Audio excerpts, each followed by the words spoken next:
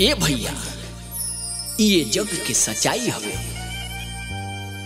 कि लोग अपना घर में अपना माई बाबू के सेवा न कई के तीर्थ धाम जाला ताकि आत्मा की शांति मिलो, पुण्य मिलो। लेकिन भैया असली सेवा माई बाबू के सेवा होला और जे अपना माई बाबू के सेवा ना करेला आ तीर्थ धाम भटकेला ये भैया ओकर सारा तीर्थ धाम घूमल बेकार बाटे ये भैया। आई कवि के बहुत ही सुंदर लेखनी बाटे ये भैया, तनी ध्यान से सुनिए बाबू।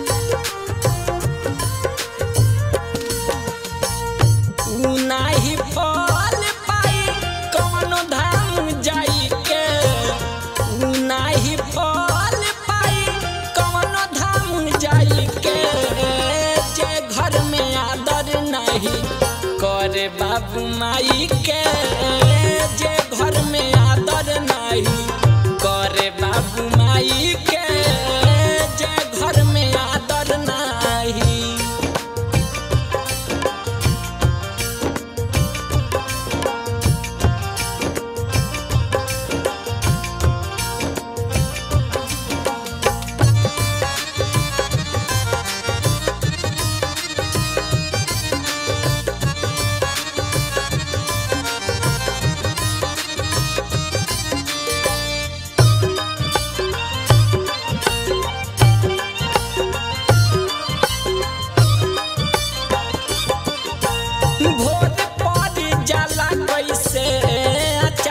के पोसल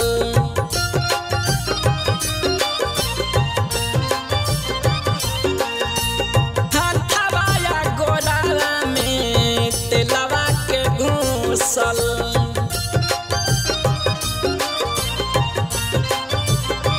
हाँ हाँ भोर पर जाला कैसे अचारा के पोसल, हथवाया गोरावा में तेलवा के घूसल। केहू झूठ लाई कैसे जग में ये सच्चाई के, केहू झूठ लाई कैसे जग में ये सच्चाई के। जे घर में आदर नहीं, करे बाबू माई के जे घर में आदर नहीं, करे बाबू माई के जे घर में आदर नहीं।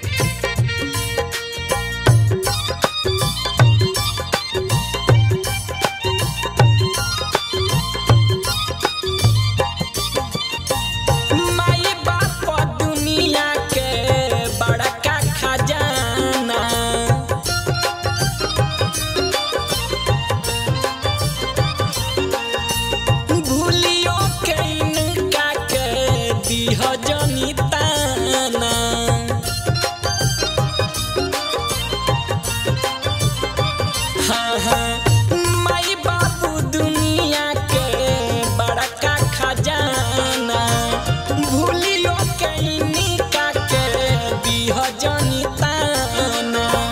सुखा में सुतौली तोहर के अचारा ओढ़ाई के, सुखा में सुतौली तोहर के अचारा ओढ़ाई के।